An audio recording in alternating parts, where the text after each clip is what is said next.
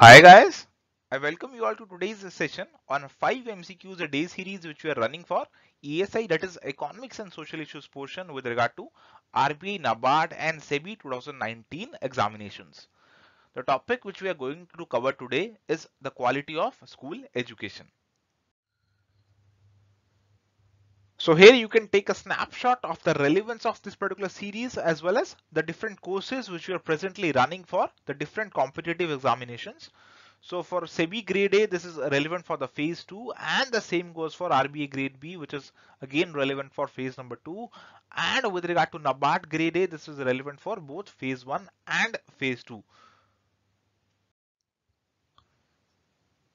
Now, before proceeding forward, let me also quickly tell you about the results that we have got in the past few years. So we have started this initiative of guiding students for these competitive exams, and we have been blessed with some of the very amazing results.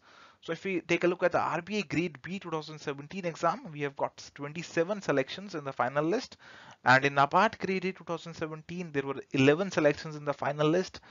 And in the NABARD Grade A 2018, 27 of our students, they made it to the final list, and out of the total generalist seats, which were only 46.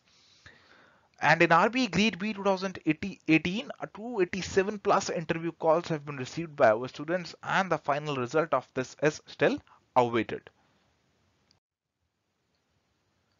So let's come back to our topic and start our discussion through MCQs on the topic quality of school education.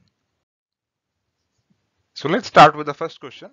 Shagun web portal has been launched by the Union government to monitor the progress of. Options are Sarv Shiksha Abhiyan, midday meal scheme, construction of girls' toilets in school, non-teaching staff in government schools, none of the above. So this question is basically based on the Shagun web portal. So if you talk about this Shagun web portal, then the Union government has launched this dedicated web portal in the name of Shagun for monitoring the progress of Sarv Shiksha Abhiyan. Now what is Sarv Shiksha Abhiyan? Sarv Shiksha Abhiyan, it is a centrally sponsored flagship scheme of the government, and it aims to provide universal access to education for children in the age group of 6 to 14 years of age. So the children who are in this particular age group, they should have universal access to education. This is the goal of this particular Abhiyan. And to monitor this Abhiyan, this Shagun portal has been launched. So this particular portal, it was developed with international assistance from World Bank, and the World Bank collaborated with the Union Ministry of Human Resource Development, that is HRD, for development of this particular portal. Now its name has been derived from the two words Shala and Gun. Shala means school, as in Pathshala, and Gun means quality, that is Gunvatta. So this is about the Shagun portal. Now this particular portal, it was developed with a twin track approach. So the approach was twin approach to monitor the schools under the Sarv Shiksha Abhiyan and also the quality of education imparted by them. So we have to monitor the schools and also take care of the quality of the education. So it is going to capture and showcase innovations and progress in elementary education sector of the India by continuous monitoring of Sarv Shiksha Abhiyan. So this is primarily going to focus on progress in elementary education. So this will help in monitoring the progress and implementation of Sarv Shiksha Abhiyan by assessing the progress of states and UTs on key parameters that is going to help the government plan and deliver quality education to all. So when we are able to monitor the progress, we will be able to devise better policies. Further, this portal will collect and report data to enable the government and the administrators to track the efficiency with which the Sarv Shiksha Abhiyan funds, they are being utilized and the results are being delivered. So we can easily monitor how effectively the funds which the government is setting aside for Sarv Shiksha Abhiyan, they are being effectively utilized, so that we can make appropriate decisions in the future with regard to funding. So now we have learned almost everything about this Shagun web portal, and we can easily answer this one now, that this has been launched by the Union government to monitor the progress of Sarv Shiksha Abhiyan. So the answer to this is going to be option number 1. Next question. Parliament has given its approval for the Right of Children to Free and Compulsory Education Amendment Bill 2018. The proposed amendment options are: does away with no detention policy, leaves it to the state to decide whether they want to continue the no detention policy, both 1 and 2, mandates compulsory computer training for school children, or none of the above. So this question is primarily about the recent amendment bill which has been passed by the Parliament with regard to Right to Education Act. So the Parliament has recently given its approval for the Right of Children to Free and Compulsory Education Amendment Bill 2018. Now, if we talk about the key features of this particular amendment, then this amendment bill does away with the no detention policy mentioned in the law. So there was a no detention policy in the Right to Education Act, and we are going to learn about this policy in the coming slide. So this policy has been done away with in this amendment bill. Now what this bill does, it leaves it to the discretion of the states to decide whether they want to continue the no detention policy or not. So there is no compulsion with regard to this policy. It will depend on the discretion of the states. So the states, they can choose to hold a regular examination either at the end of class 5 and 8 or both. And the students who will fail this regular examination or test, they will be provided with additional instructions, and they are going to be given the opportunity to reappear for this examination within 2 months of the declaration of the result. So this regular examination is to be there, and if the students they fail, they are going to be given another opportunity. But if they still do not pass the exam, the state government may decide to retain the student in the same class. So if the student decides to continue, if the state decides to continue with the no detention policy till class 8, the amendment will makes it clear that no child can be expelled from the school before they complete elementary education. So if you will continue with this no detention policy till class 8, you cannot expel any child from the school till they complete this elementary education. So these are the broad features of this amendment in the Right to Education Bill. Now, if we talk about the no detention policy, then this policy, it was introduced in the Right of Children to Free and Compulsory Education Act 2009, that is Right to Education Act of 2009. Now, this act has prohibited the schools from detaining students till they complete elementary education. So we want to achieve universal literacy. So that's why we have prohibited the schools from detaining students till they complete elementary education. So this Right to Education Act of 2009, it aims at promoting free and compulsory elementary education to every child in the age group of 6 to 14 years. And it was in this light that this no detention policy it was formulated. Now, if we talk about the background of this RTE Act, the spirit of this particular act, it goes back to Article 21A of the Indian Constitution, which reads as right to education for children between the age of 6 to 14 years. And this one was inserted in the Indian Constitution via the 86th Amendment Act. So now we can easily answer this question that with regard to the recent Right of Children to Free and Compulsory Education Amendment Bill passed by the Parliament, the proposed amendment does away with the no detention policy, and at the same time it leaves it to the state to decide whether they want to continue the no detention policy or not.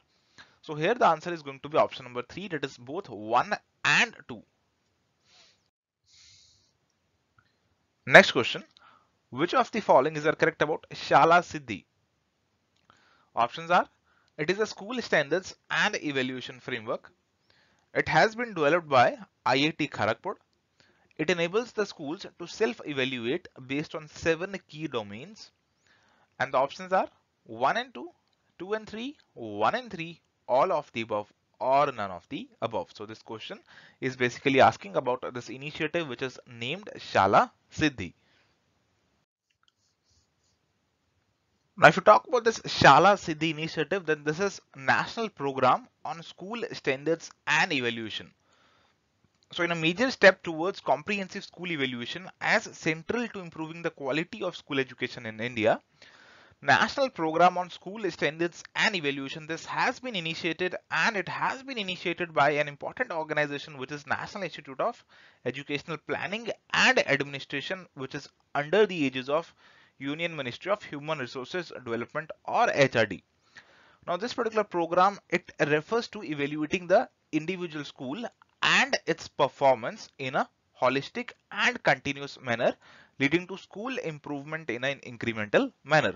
So this program is basically concerned with regard to the quality of schools in the country.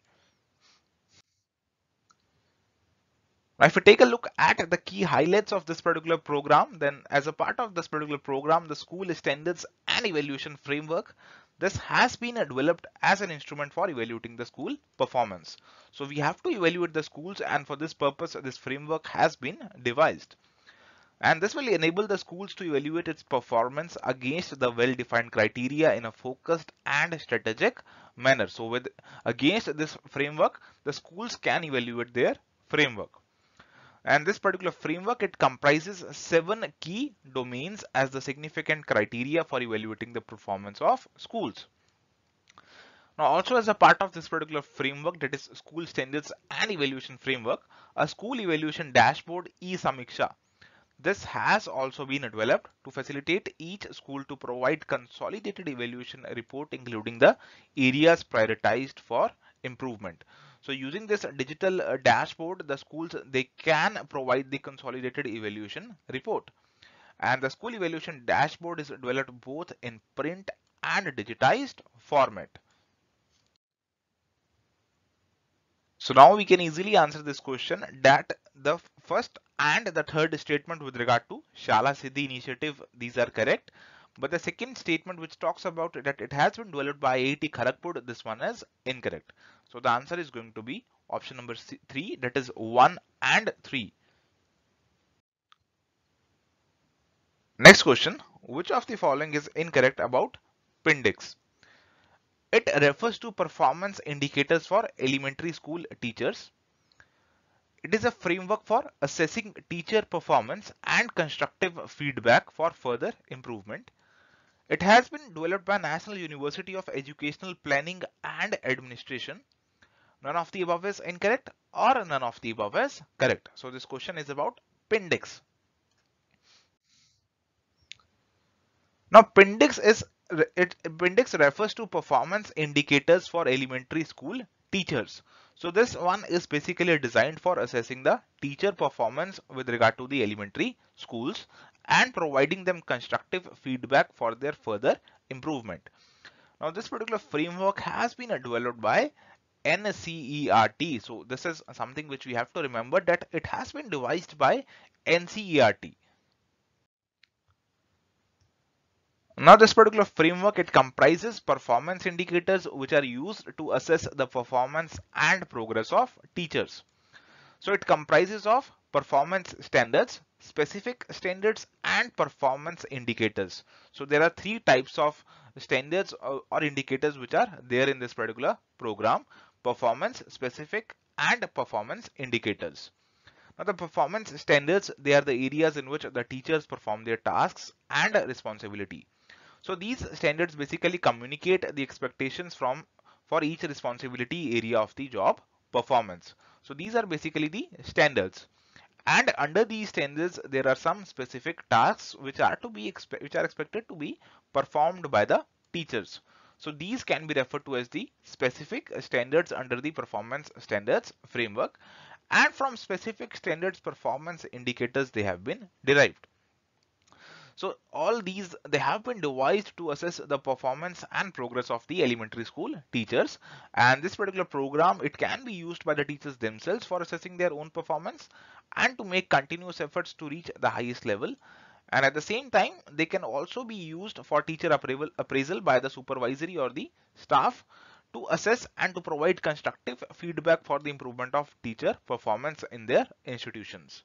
So this is about this framework of Appendix. So now we can easily answer this question, that the third statement which talks about that it has been developed by the National University of Educational Planning and Administration, this one is incorrect because we have learned that this is developed by NCERT. So the answer is option number 3. Next question, ACER survey and National Achievement Survey are 2 sources of primary data on learning outcomes of Indian children. Which of the following is our correct differences among them? Options are: while ACER is a household survey, NAS is a school-based survey. While Acer conducts its assessment one-on-one, NAS is a pen paper test. Acer focuses on foundational skills such as reading and math, while NAS looks at a wider variety of skills. All are correct or none of the above. So this question is basically about these two surveys. One is Acer and another one is NAS. So if you talk about the Acer survey, then this one stands for Annual Status of Education Report. So this is basically an annual survey which aims to provide reliable annual estimates of the children's schooling status and basic learning levels for each state and a rural district in the India. And this particular report is released by the NGO Pratham. So this NGO Pratham is basically involved behind this report. And if we talk about the National Achievement Survey, then this is carried out by NCERT to assess the learning and achievement of children in classes from 3rd, 5th, 8th and 10th. So this is a brief overview of Acer and a National Achievement Survey. So the Acer survey and the National Achievement Survey, they both are the two sources of primary data on learning outcomes of Indian children. However, these two surveys, they are different from each other in the following respects. While Acer is a household survey, NAS is a school-based survey. While Acer conducts its assessment one-on-one, NAS is a pen paper test. While Acer is aimed at a representative sample of all children, whether in school or out of school, NAS takes into account the children which are enrolled in the government schools. So the children who are not enrolled in the government schools, they are not going to be considered under NAS. Further, Acer focuses on foundational skills such as reading and math, while NAS looks at a wider variety of skills. So this is about the differences between these two surveys. So now we can easily answer this question that all of these statements which are given with regard to Acer survey and the National Achievement Survey, all of these statements, they are correctly mentioned. So the answer is going to be option number 4. All are correct. So guys, this was all about our discussion for today. If you have any query, you can drop us a mail at hello@edutap.co.in, or if you want to know more about our courses, you can visit our website at www.edutap.co.in, or in case of any query you want to get into touch with us personally, you can call us at 8146 207 241. So friends, if you enjoyed watching this video, please like the same, share it with your friends, and do subscribe to our YouTube channel. And in case you wish to get regular updates from us, you can even join our Telegram channel, the link of which is given here as well as in the description of this particular video. Now, an additional benefit which you can get by joining this Telegram channel is that you can fetch the PDFs of all the discussions which we are doing on YouTube through this particular Telegram channel, which is going to be very helpful for you in revision. So thank you friends. Happy learning.